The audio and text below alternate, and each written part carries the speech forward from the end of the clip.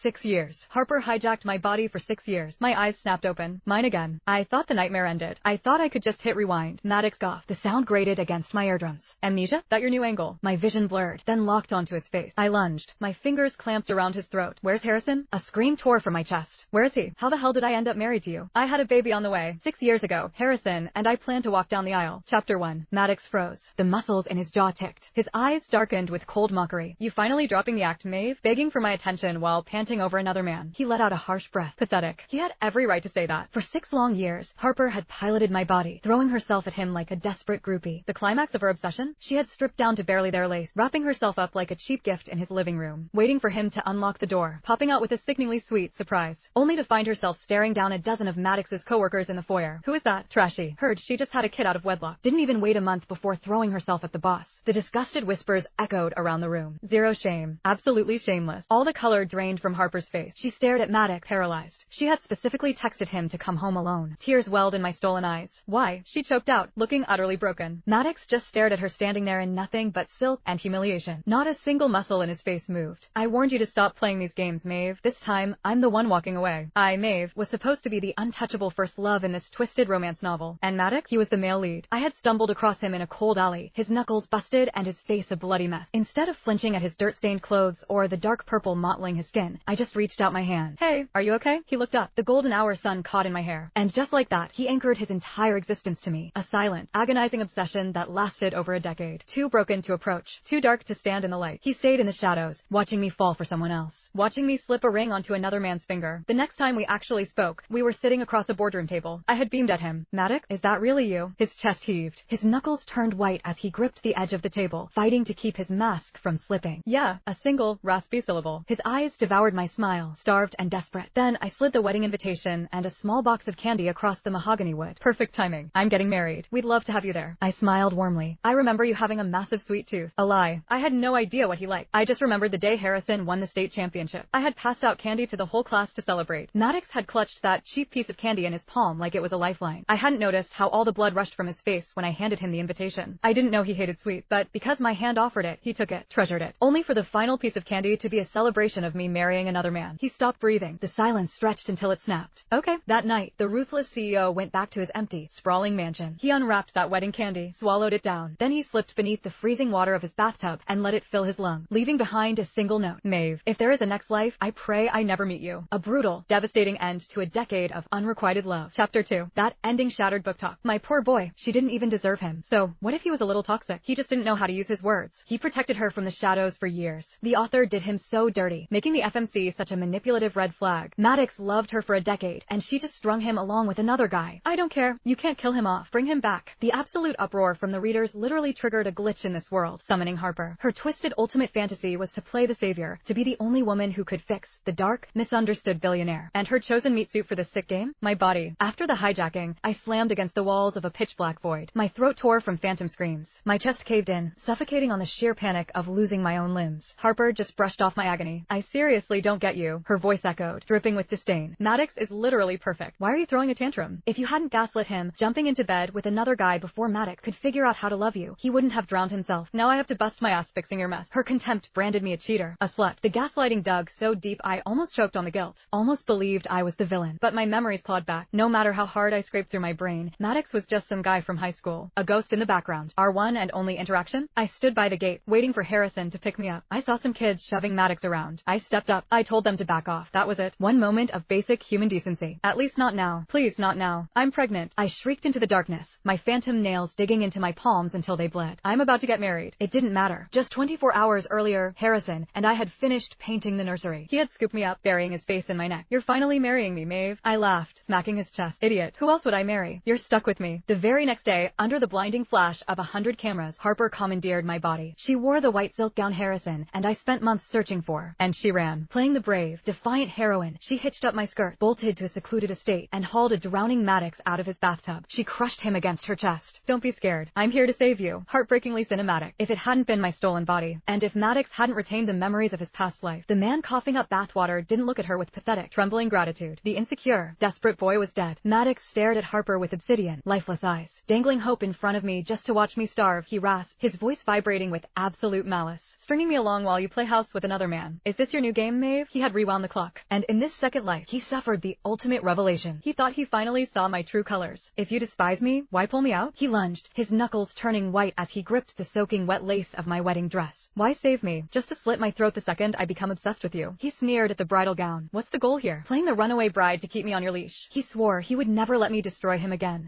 Chapter 3. Book talk practically through a parade. She's finally chasing her man. He's just projecting his trauma. You know he's secretly obsessed now that she wants him. Even Harper bought into the delusion. She convinced herself his absolute venom was just a defense mechanism. A wounded animal lashing out because I had broken his trust. I just have to love him louder. She promised her followers. I can break down his walls. I can fix him. But what about my stolen life? What about Harrison, the man who worshipped the ground I walked on? She treated my unborn baby like garbage. She took a match to our perfect wedding and watched it burn to ash. Harrison tried to hold her, tried to pull her back. She slapped him, kicked his shins. How many times do I have to spell it out? I never loved you. I only want Maddox, my Harrison, my protector. He had zero clue why his beloved Maeve had suddenly become a complete stranger. All he knew was the love of his life suddenly looked at him with utter revulsion, and she wanted to terminate our baby. He felt his knees, wrapping his arms around my stolen waist. His voice broke. Maeve, stop, please. You're just sick. You'll remember when the fever breaks. It's me. It's Harrison. We grew up in the same cul-de-sac. He had 2 years on me, the boy next door. Since he could string a sentence together, it was always Maeve and me. Forever. He kept that promise. As the only daughter, Victor and Patricia spoiled me rotten. Harrison shielded me from the rest of the world. Whenever the playground kids shoved me, I'd sprint straight to him, tripping over my own sneakers. I'd fist my hands in his shirt, sobbing into his chest. Harrison, they pushed me. He remained invincible. He'd chase them off, wipe my nose, and make stupid faces until my ribs ached from laughing. I'd throw my little arms around his neck. I'm gonna marry you when we grow up. We went from scraped knees to stolen kisses behind the bleachers, from sneaking out my window to picking out floral arrangements for our reception. It played out like a literal fairy tale. Then Harper shattered the glass. Harrison sat on our porch all night. He burned through 2 packs of Marlboros. Harper paced the kitchen, frantic to get to Maddox. She grabbed a steak knife. Call off the wedding. Let me go, or I swear to God I'll end it right here. She dragged the blade across my wrist. A thin line of crimson bloomed. When the first sliver of dawn bled over the horizon, Harrison stubbed out his last cigarette. He stood up, his eyes entirely dead. Fine, the wedding is off, but you carry the baby to term. Harper scoffed in disgust. I'm not raising a brat. Don't think you can baby trap me. Harrison stared at my face. For a split second, it felt like his gaze pierced through the bone, finding my suffocating soul trapped behind my own eyes. I'll raise it, he rasped. She snatched the stuffed bear from my nightstand, the one he won for me at our first state fair. She ripped its head off, threw it on the hardwood, and crushed it under her heel. Stop suffocating me. I don't have amnesia. I don't care about this garbage, she shrieked. It's pathetic. She trampled his beating heart right alongside the cheap cotton stuffing. Just like that, she bulldozed my entire existence. She severed ties with Victor and Patricia just so she could chase down the illegitimate billionaire heir. She degraded my body to save Maddox, performing cheap stripteases in his penthouse, showing up at his corporate office with Tupperware full of home-cooked meals. She even live-streamed a grand proposal on Instagram. Maddox didn't flinch. He just stared at her.